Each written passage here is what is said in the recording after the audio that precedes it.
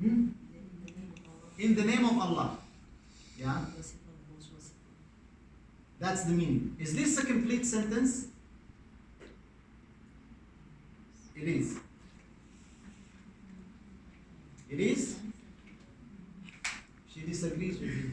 Why? You don't like her? In the name of Allah. What is in the name of Allah?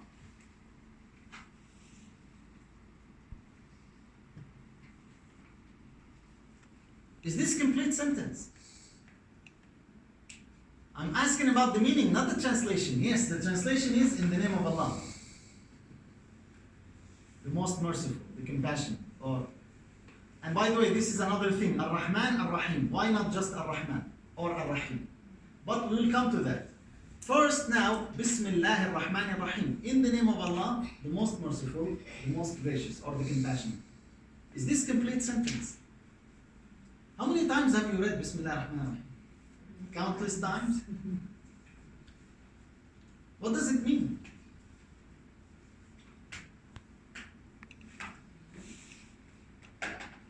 Okay, think about it this way. When you say in the name of Allah, what is in the name of Allah?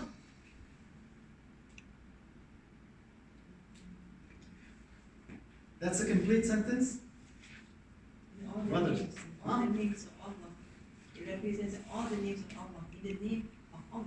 What is in the name of Allah? All the names of Allah. Still, all the names of Allah. The action that you are about to do. Uh-huh. Means, let's say, when I do something, with Bismillahirrahmanirrahim, I begin this action. Very good. You see what she said? I begin. So actually, Bismillah ar-Rahman ar-Rahim is not a complete sentence. There is something implied. I begin. Or I recite. In the name of Allah. The first ayah that was revealed, what was it?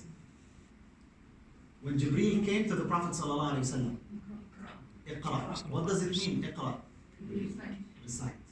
What did the Prophet sallallahu alaihi wasallam say? ما أنا بقارئ. اقرأ ما أنا بقارئ. اقرأ ما أنا بقارئ. اقرأ باسم ربك. You see, what did he say? اقرأ باسم ربك. What are we doing? Bismillah. So it is as if we are responding to this command that came from Jibreel alayhi salam to the Prophet sallallahu alaihi wasallam. اقرأ باسم ربك. Read in the name of your Lord. So when you say Bismillah ar-Rahman ar-Rahim, I read in the name of Allah. I begin in the name of Allah. That's what it means. So when you read the translation in the name of Allah, it's not complete. There is something implied. The Prophet ﷺ recommended saying Bismillah ar-Rahman ar-Rahim in everything you do. You enter the masjid, Bismillah ar-Rahman ar-Rahim, meaning I am entering the masjid in the name of Allah. You write a letter in the name of Allah. I am writing the letter in the name of Allah. You do something in the name of Allah. We are opening this project in the name of Allah. That's what it means. So it is implied. In the name of Allah. You recite, you begin, you read in the name of Allah or in Allah.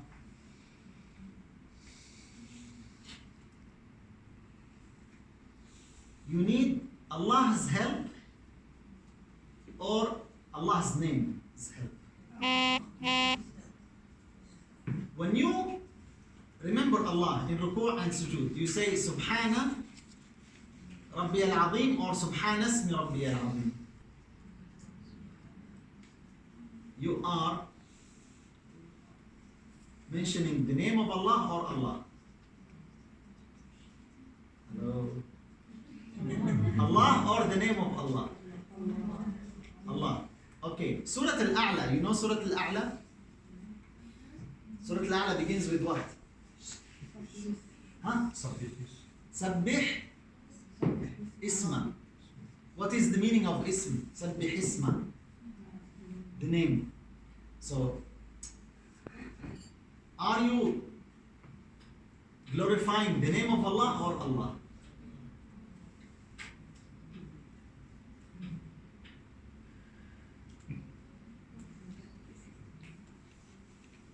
Bismillah or Bismi or Billah? In the name of Allah or in Allah? In ruku' and sujood we say Subhana Rabbi al-Azim, Subhana Rabbi al-A'la. Allah Azza wa Jal says in Surah Al-A'la, Sabbih Isma, not Sabbih Rabbaka, Sabbih Isma. Glorify the name of your Lord, which indicates that they are the same. Only with Allah Azza wa Jal, Allah and the name, they are the same. This is what we call in Arabic Dalalat Mutabaqa. It is a perfect indication because the names of Allah are reflexive of Allah. They are Allah Azza wa Jal. Unlike the names of anything else. What does that mean? You may have someone whose name is Salih, but he's not Salih at all. You may have the name of someone whose name is Jamila, but she, you know. So, the names are not reflection true, but when it comes to Allah, it is the same. So whether you, that's why Allah says at the end of Surah Al-Isra, وَلِدْعُ اللَّهَ أَوْ ادْعُ الرَّحْمَنِ. Say, call upon Allah or the most merciful. Whatever you call, أَيَّمَّا تَدْعُوا فَلَهُ الْأَسْمَاءُ الْحُسْنَى. To Him belongs the most beautiful names. So when we say Bismillah in the name of Allah, it is as if we are asking Allah. The same thing. That's why we say sometimes in the name of Allah, sometimes we say Subhanallah with Allah directly. So Bismillah, Ar-Rahman, Ar-Rahim. What is Ar-Rahman and Ar-Rahim? Ar-Rahman, Ar-Rahim. Two of the names indicative of mercy. So why not one? If they are about the mercy of Allah, Bismillah ar-Rahman, and that's it. Who has translation of the Quran? Because usually I read more than one translation, and one translation was really unique. It caught my attention because it was accurate. What does it say? Ar-Rahman, Ar-Rahim.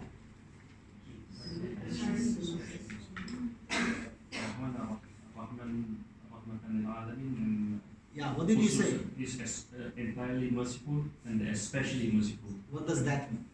It means entirely merciful, especially merciful. Ar-Rahman, Ar-Rahim, are they the same? Well, they are both about the name of the mercy of Allah.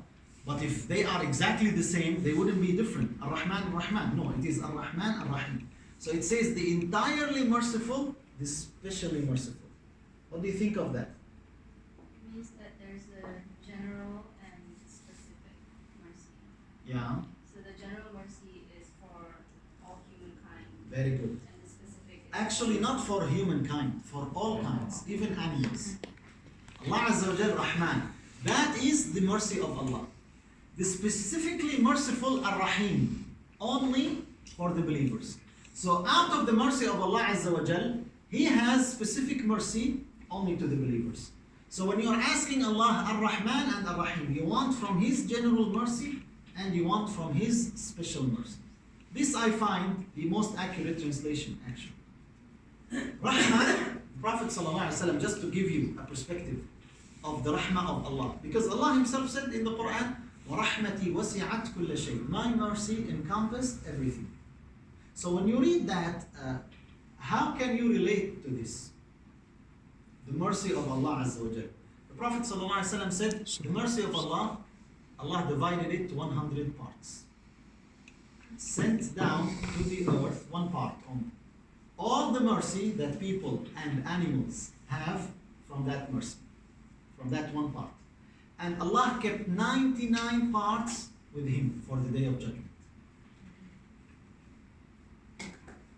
So imagine, all the mercy that we have, the mercy of the mother to her children, the mercy of the wild animal to its calves, to its babies, from that one part, out of 100 parts. So this shows you how vast and how big is the mercy of Allah. Bismillah ar-Rahman ar-Rahim. So you are beginning, you are starting, you are reciting in the name of Allah. Who's Allah? The all merciful, the specifically merciful. To the believers, He's Rahim. To everything else, He's Rahman. وَكَانَ بِالْمُؤْمِنِينَ رَحِيمًا. Then we come to Alhamdulillah. What does it mean, Alhamdulillah? You read any translation, what does it say? Praise. Huh? All praise. And this is wrong. But I kind of understand that because they will not be able to have one or even two or three words to give you the exact meaning of hamd. Because when you say praise, you know what praise means in Arabic? Madh. This is praise, madh. And actually it is the same three letters, but different order. This is hamd, but praise is madh. So what's the difference? Who has a full-time or even part-time job? Meaning, who has a boss? Everybody. Everybody. No, I'm not talking about your wife.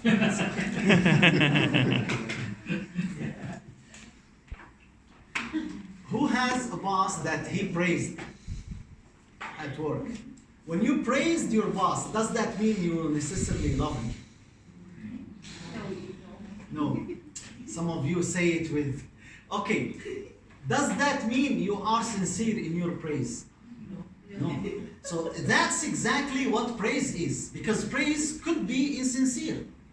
Praise could, and that's not hamd.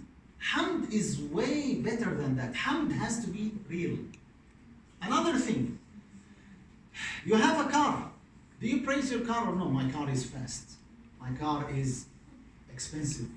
My car is full option. Is that praise or no? Yes. Hamd is not imagined for inanimate objects.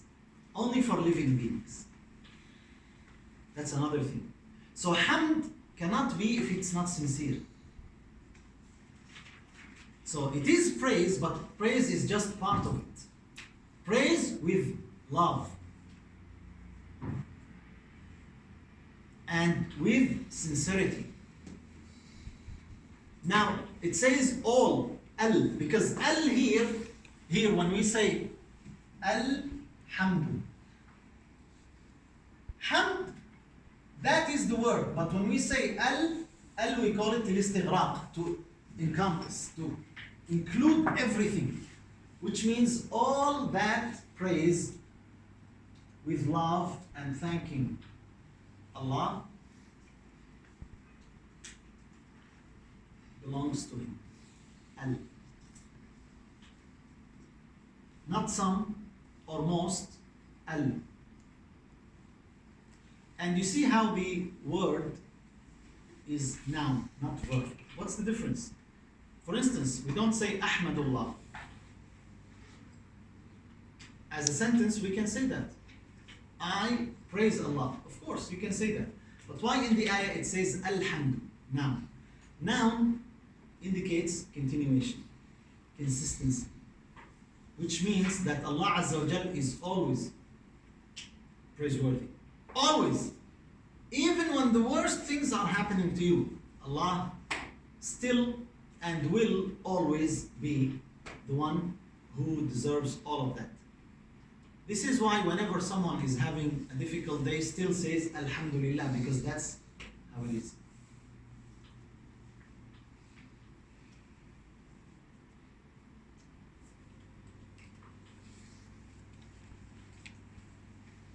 So, we differentiate between madh and hamd.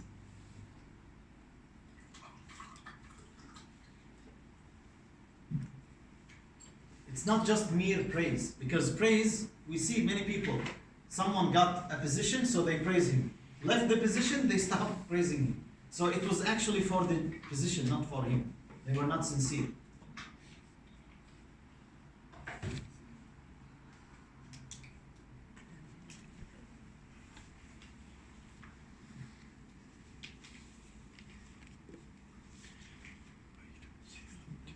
Let me ask you another thing. Imagine your last day and you had to give a brief speech that will be heard will be attended by all the employees of the company, 500 plus. How easy would it be to say the speech when they tell you you have 15 minutes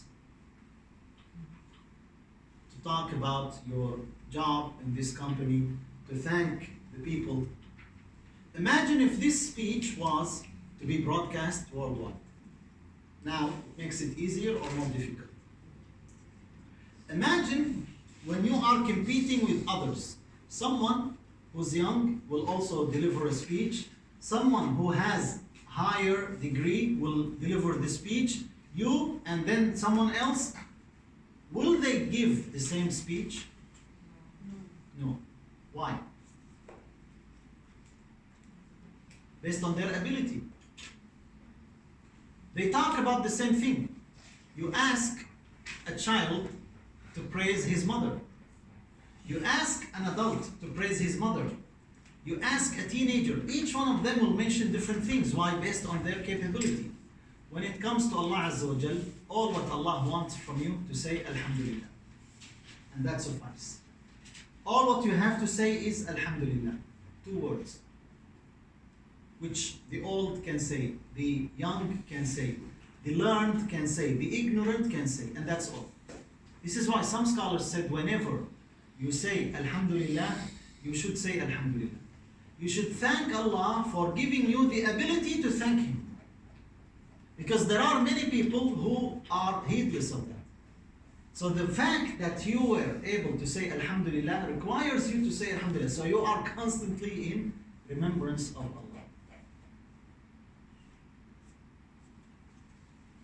Alhamdulillah, Rabbil Alameen.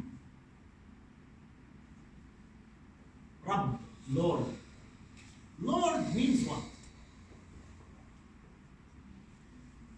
God. What does that mean? God. Lordship. The concept of lordship means what? Huh? I heard the word. What did you say? Master. That's true, but that's not all. Master means what? When you say master, what does it mean, master? Huh? Ownership. Very good. Allah Azza wa Jal is the owner. Lillahi mulku samawati wal ard. He owns everything. He owns the heavens, the earth. He owns us. Your body, your life is not yours. It's owned by Allah. You are only entrusted with that. You cannot say, I'm done with my hand. I will cut off my hand. It's not yours. You cannot do that. You are sinful if you do that. Oh, I'm done with my life. I will take my life. No, you cannot take out your life because it doesn't belong to you. It's only a man. So that's one perspective, one principle of the lordship. But that's not all. When you say Rabb, Lord, lordship includes ownership, and that's the master. Includes creation. Who's the creator? Allah. And this is actually what the kuffar already admitted. They believed that Allah is the creator, but they didn't worship Him alone.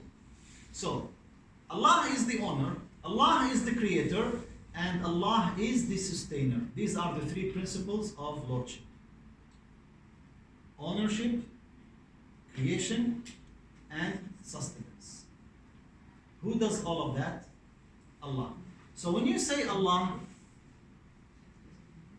Rabbul Alameen, Alhamdulillah, Rabbil Alameen, Lord of the worlds. Lord, you mean that Allah is the sustainer, Allah is the owner, and Allah is the creator.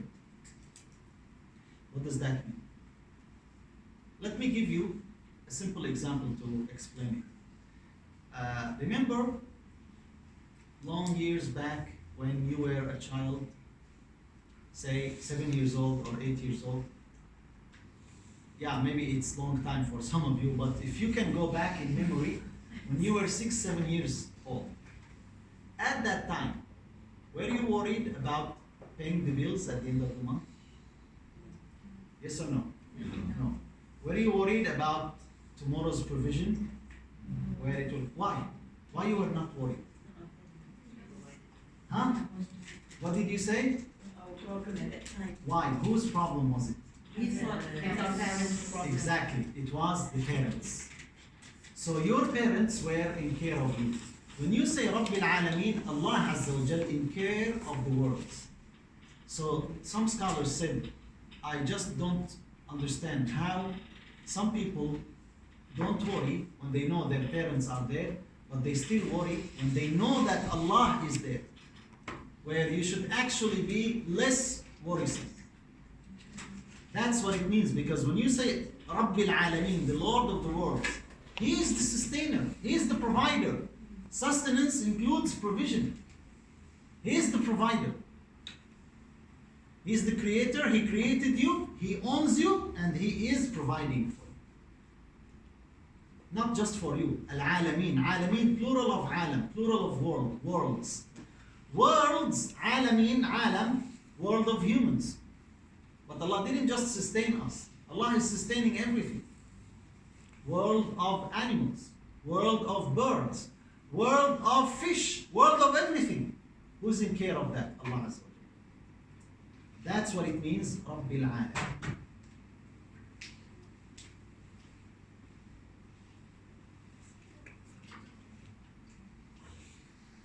Then, Ar-Rahman, Ar-Rahim. And we spoke about Ar-Rahman, Ar-Rahim. Maliki Yawmiddin. As I told you, this is the correct way to write it, because there are two qira'at. Maliki and Maliki. What's the difference between Maliki and Maliki? Maliki, owner. Maliki, king. Are they the same? No, they're not the same, because the king, that's a position. Malik, that's ownership. Just because you are the king doesn't mean you own everything. Unless in Arab country, that's a different story. But generally, the king doesn't own everything, right? And the owner doesn't mean necessarily he's a king, but only with Allah. He is the king and the owner.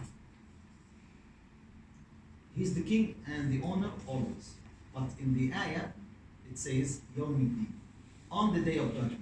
Why on the day of judgment in particular? Because that day when no one will say or have any ownership or any kingship.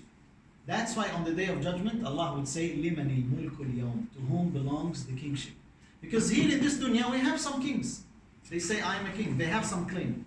That's why on the day of judgment Allah will replace the earth. يَوْمَ تُبَدَّلُ الْأَرْضُ غَيْرَ الْأَرْضِ. The earth will not have any landmarks, so no one would have any claim. No one would dare to say, I own anything. So Maliki and Maliki. Allah is Malik and Malik, always. But Yawmiddin in particular, because on that day, no one will have any claim. We'll take a short break. Any questions so far? We'll take a short break and then continue, inshallah. Any questions? إياك نعبد is not just mere we worship you. We worship you would be نعبدك.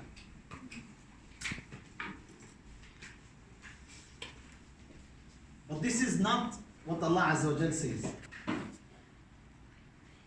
What's the difference? When Allah says نعبدك, when you say, we worship you.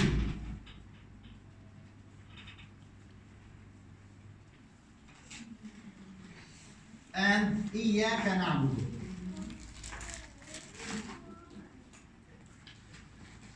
And that's one of the unique qualities of the Arabic language. When Allah Azza wa Jal said, بِلِسَانٍ عَرَبِيٍّ مُبِينٍ, in clear Arab language, in clear Arab tongue, it was for a reason. Arabic has one of the largest vocabularies in the languages that humans spoke. How rich is the language? I give you one example. When someone comes, what do you say? He came. We have in Arabic جاء, قدم, أتى, دخل. All these, you have more than 7 different types for one word. Love. We have different levels of love, like love, admiration, adoring, but that's about it. How many levels? In Arabic, we have more than 20 different expressions. حب, عشق, hayam, gharam, khulla. Unlimited vocabulary. That's number one. Number two, here, this example, this specific example, when you say in English, Ahmad ate an apple, okay? Here, we say this is subject, verb, and object.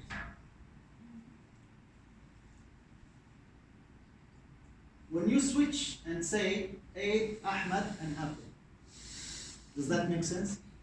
No. But in Arabic it does. So, we say in Arabic, تقديم ما حقه التأخير للاختصاص. When you put in advance what should be delayed, like the object, when you put it in advance, it is for exclusivity, restriction. So when Allah Azza wa Jal says, إِيَّاكَ نَعْبُدُ, it's to indicate you alone we worship. إِيَّاكَ نَعْبُدُ. So there is a world of difference between saying, you alone we worship and we worship you. Because we worship you, yeah, we worship you and we worship someone else, could be. And that's exactly what the kuffar did. Kuffar Quraysh, they did worship Allah. But they did worship with Allah someone else, some other deities. So, that's one of the unique features of the Arabic language. When you put in advance what should be delayed, it is for what? For ikhtisas. We call it ikhtisas.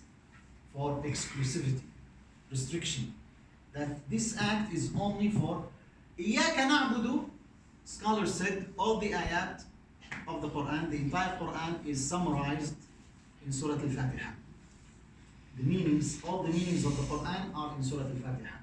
And all the meanings are summarized here in this sentence. Because what is the objective of our creation? Why we are on earth? وَمَا خَلَقْتُ الْجِنَّ وَالْإِنسَ إِلَّا لِيَعْبُدُونَ. And that's it. إِيَّاكَ نَعْبُدُ. You alone we worship, not I worship. Who are we? You're speaking on behalf of. When you say we, who are we? Who are you? Huh? What jama'ah? We. You and who? All the Muslims. So you are speaking on behalf of the Muslims. Scholars say actually there is a great wisdom here. That the ibadah you are doing, you're not doing it alone. So always keep in mind the jama'ah. Unity. That the ibadah that you do alone, you do it with the group. That's number one. Number two, the ibadah that you're doing, you're not the first one and you'll not be the last one to do it. So how are you doing the ibadah? That's another thing. Because you have a path to follow. You're not inventing a new ibadah. There is ibadah that was done before by all other servants of Allah Azza wa Jal. So you are following their footsteps. So إِيَّاكَ نَعْبُدُ. When you remember that there are other worshippers of Allah Azza wa Jal, you ask yourself, where do I fit? So this pushes you to do the ibadah even better. Because you remember that you're not the only one who's doing the ibadah. So this will make you even strive more. وَإِيَّاكَ نَسْتَعِينُ. And you alone, what's isti'ana? Isti'ana, what does it mean? Seeking help. The same thing. Nasta'inu bika, we seek help from you. But we could seek help from someone else. That's not the ayah. The ayah says, وَإِيَّاكَ نَسْتَعِينُ. You alone we seek help from. Let me ask you this. Seeking help, isn't that part of the ibadah? Yes. It is. Then why it is mentioned? We already said إِيَّاكَ نَعْبُدُ. It should be enough. And that's another reminder. The Quran, that's a basic principle. You add it to the basic principle that I gave you earlier about Quran interprets itself. The Quran does not repeat a meaning unnecessarily. Since we already said إِيَّاكَ نَعْبُدُ, and since isti'ana is part of ibadah, so it should be included. But why Allah Azza wa Jal mentioned it separately? Which is part of the ibadah. Isti'ana is part of the ibadah. Why is it mentioned? Have you thought about that? Guys, you read Surah Al-Fatihah every single day, many times. So, وَإِيَّاكَ نَسْتَعِينُ. What does it mean? Yeah? You ask for help for everything, for each and everything. Yes, we ask help for everything, and this is part of the ibadah. So it should be mentioned. But we notice in the Quran that there is a style where what we call briefly mention and detailed mention. Like what? When Allah mentions the angels, وَالْمَلَائِكَةِ وَجِبْرِيلِ. Is Jibreel from the angels or not? He is. Then why Allah mentioned him? Why Allah singled him out when Allah already mentioned the angels? That's what we call in Arabic, this is a style in Arabic, lafun wa nashr. We call it laf wa nashr. Laf literally means wrapping. You mention something briefly. And then you single out one thing which was from that part. Like Jibreel. Jibreel is not any angel, he is the leader of the angels. So here, when Allah Azza wa Jal talks about isti'ana, it is part of ibadah. But to show us that you want to fulfill the true ibadah, it cannot be achieved without fulfilling the isti'ana also. How could you worship Allah alone when you are asking help from other than Allah? How could you worship Allah unless you ask Him for the help? Let me ask you this. After the prayer, what is the dhikr that you say? Astaghfirullah, astaghfirullah, astaghfirullah, Allahumma anta salam. After that, what do you say? Yeah, and then what dua you say? Part of the dhikr. Let me see if you say it or not. Because some of you may say it, some of you maybe they don't say it, depending on the dhikr. Have you ever heard Allahumma a'inni ala dhikrika? Yeah. Allahumma a'inni, what does it mean? Allahumma a'inni. Oh Allah, help me. So Allah Azza wa Jal is telling us that you want to worship Him, you need to ask Him for help. You don't ask anyone else's help. So yes, isti'ana is part of the ibadah, but ibadah will not be achieved without achieving the isti'ana. They are connected. And Allah Azza wa Jal singled it out to show its virtue.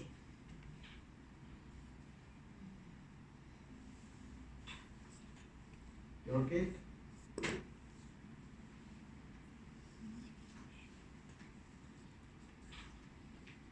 Again, وَإِيَّاكَ نَسْتَعِينُ, plural, not أَسْتَعِينُ. أَسْتَعِينُ is singular. نَسْتَعِينُ, plural. So again, we all seek the help of Allah. Scholars said based on this ayah, seeking help initially is prohibited.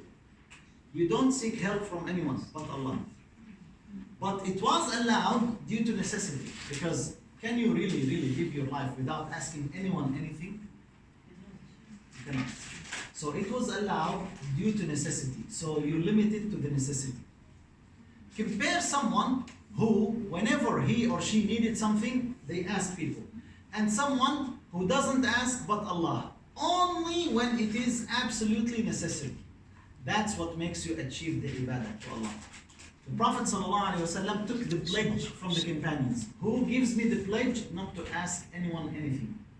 And the companions gave that pledge to the Prophet ﷺ. They said that one of them would be riding his mount, his animal, and he dropped his staff.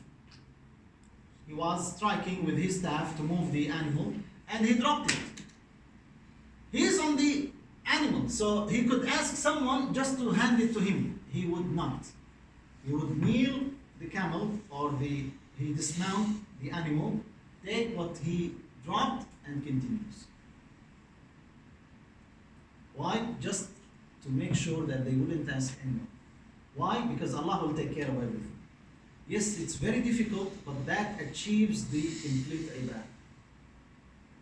When you only rely on Allah, when you only ask Allah for help. إِيَّاكَ نَعْبُدُ وَإِيَّاكَ نَسْتَعِينُ. Then Allah Azza wa Jal says, اهدنا الصراط المستقيم. Guide us or guide me. Again, who are us? Why not me? Because you don't want to be the only one who's guided. Guide us. Are you guided or you're not guided? Inshallah. You are guided or no? Inshallah. You are Muslim, right? We are guided, but we do not, sometimes we choose not to see the guide.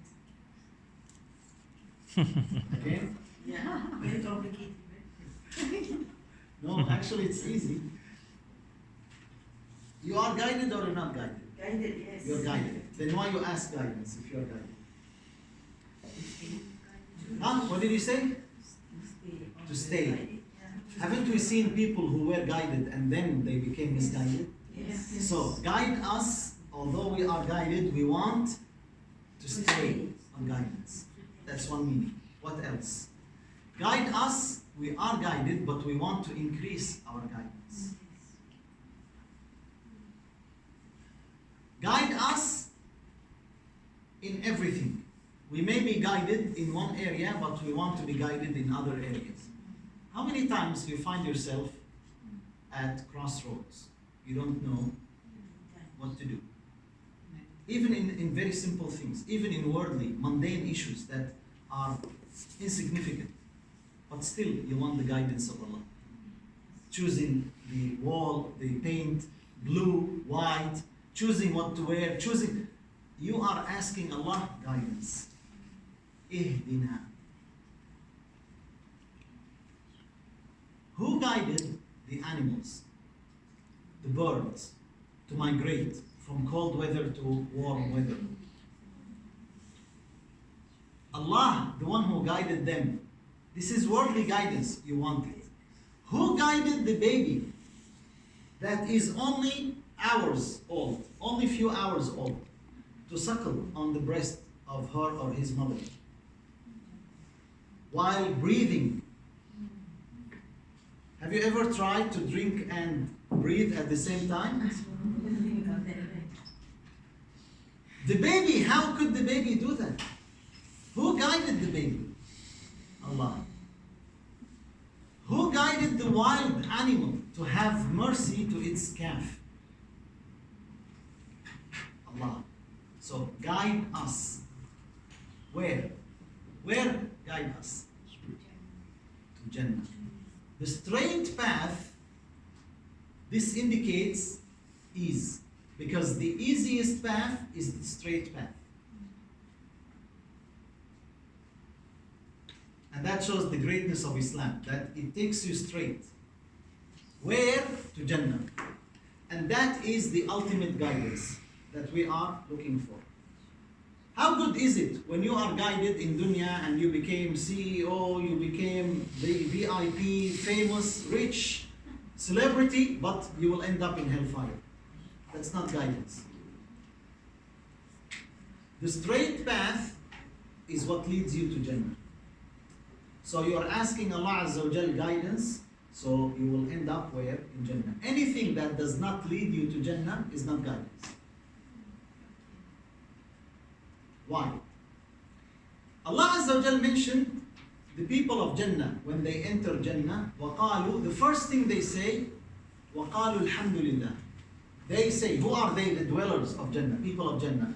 وَقَالُوا الْحَمْدُ لِلَّهِ الَّذِي هَدَانَا لِهَذَا, who guided us. That's the guidance. The companions of the Prophet ﷺ asked the Prophet ﷺ, look at their ambition again. They didn't feel that it was enough just to know that they will enter Jannah. They asked the details. They told the Prophet ﷺ, O Messenger of Allah, how do we know when we enter Jannah where to go? You will have GPS? Imagine, look at their ambition. So the Prophet ﷺ said, by Allah, you will be guided more than your guidance here in this dunya. Here in this dunya, do you have a trouble locating your house? Do you have trouble knowing where your house is? You know where it is. In Jannah, how do you know? Who gave you that? Allah. That's the guidance. So when you are asking Allah Azza wa Jal guidance, you want Allah Azza wa Jal to guide you to Jannah. That's the ultimate guidance. It includes you want to maintain on the guidance, because there were people guided and then misguided, apostated. There were people guided but then they were worse, and you want to be always increasing. That's the case with the Muslim. You are always better. Today you are here, tomorrow you should be there, and the next day you should be here. You're always better. Today was like yesterday, you are a loser. In Islam, that's loss. In Islam, you live another day only to become better. That's guidance. You want guidance in everything, in dunya, not only in religion, but most important guidance, you want the guidance to take you to Jannah. To be guided there. To enter Jannah and you know straight where to go. That's from Allah. So that's why you say, اهدنا الصراط المستقيم صراط الذين أنعمت عليهم. So, I told you this ayah, when we are asking Allah the guide of those on whom you bestowed your bounty. Who are they on whom Allah bestowed His bounty? Who are they? What are the people that you are asking Allah guidance to follow them? Celebrities, athletes, actresses and actors, models, politicians. Huh? Who are the right people? Everyone. Who does not cause anger to Allah.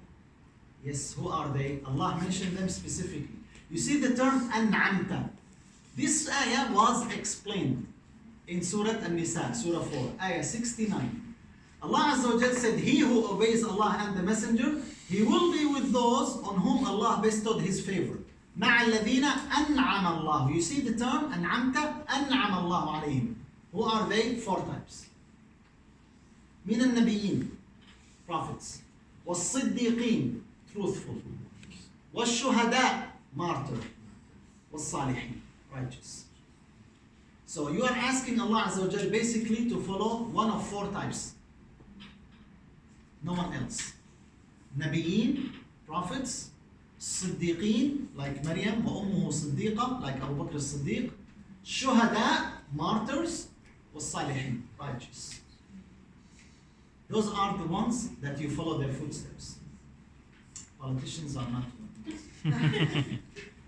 من النبيين والصديقين والشهداء والصالحين. Allah said, وَحَسُنَ أُولَٰئِكَ رَفِيقًا. صراط الذين أنعمت عليهم غير المغضوب عليهم, not the path of those who deserve your wrath. ولا الضالين, nor those who are lost, misguided.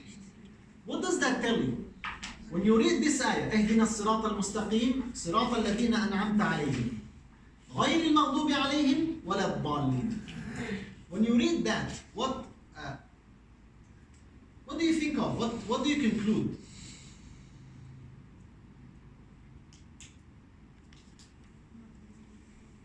There are people who earn the wrath of Allah. And then there are people who are misguided. What does that tell you?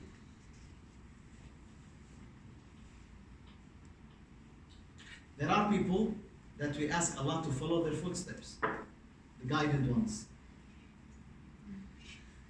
The surah basically is telling us that there is one type that you need to follow, the ones who are guided. And those are of 4 categories. Then there are 2 types of people you need to avoid. And that indicates that the people who are misguided are more than the people who are guided. Oh, you see? This tells you that there is only one guidance, one truth.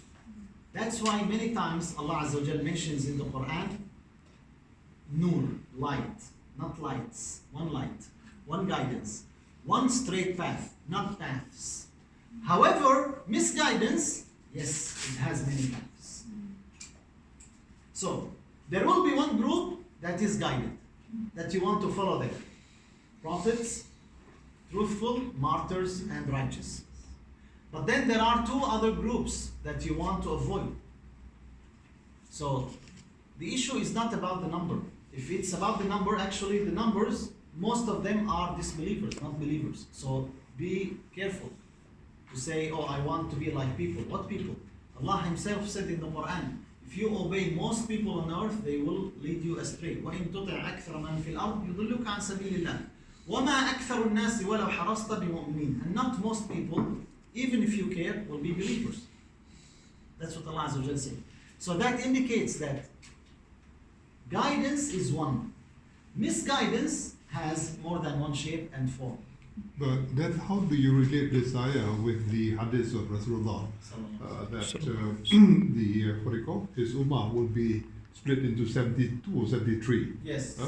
Only one will in fact go to Jannah. Yes. How do you reconcile this ayah with the hadith? It is still part of the ummah. And still few. There is no contradiction. Because others, they are following different sects. It is about the sects. So the 72 will be astray. Yeah, but within the ummah. Here, however, because out of the 72, you could find 1 or 2 or some individuals who are better, they are righteous, but they went astray, maybe they don't know. Who are righteous more than the ones who call themselves sunnah, but they're not practicing, for instance. But this is, the hadith is within the ummah. This ayah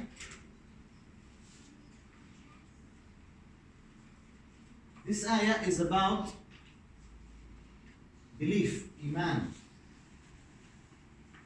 I thought it was charging. What's going on?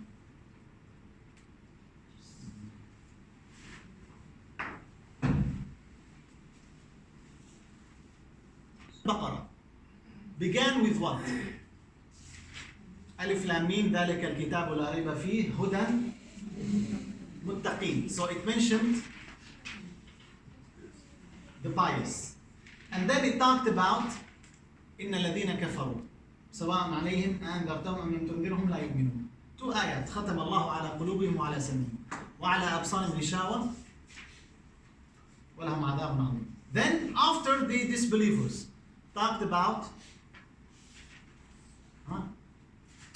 what did it talk about? Pious, describe them. Disbelievers, 2 ayat, and then hypocrites. Very good. How many types of people? 3. Surah Al-Fatihah ended with how many types of people? 3. You see the connection? So, it's like when Allah Azza wa Jal said, اهدنا الصراط المستقيم صراط الذين أنعمت عليهم غير المغضوب عليهم ولا الضالين. Surah Al-Baqarah also told you there is one type, هدى للمتقين. Then you have 2 types, disbelievers, and their issue is clear. 2 ayat. But then the hypocrites. How many ayat? 13 ayat. 13 ayat. Why? Because They are the dangerous ones. So this is, in a way, the connection between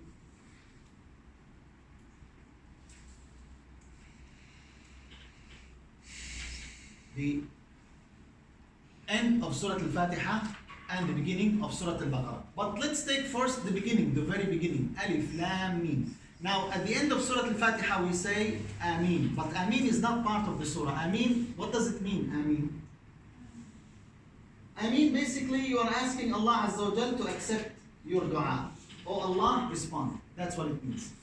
So if you didn't say it, it is not part of the surah. But it is recommended to be said, especially in prayer. Okay, we ended Surah Al-Fatihah, we began Surah Al-Baqarah. Surah Al-Baqarah begins with what? Alif Lam Mim. What does Alif Lam Mim mean?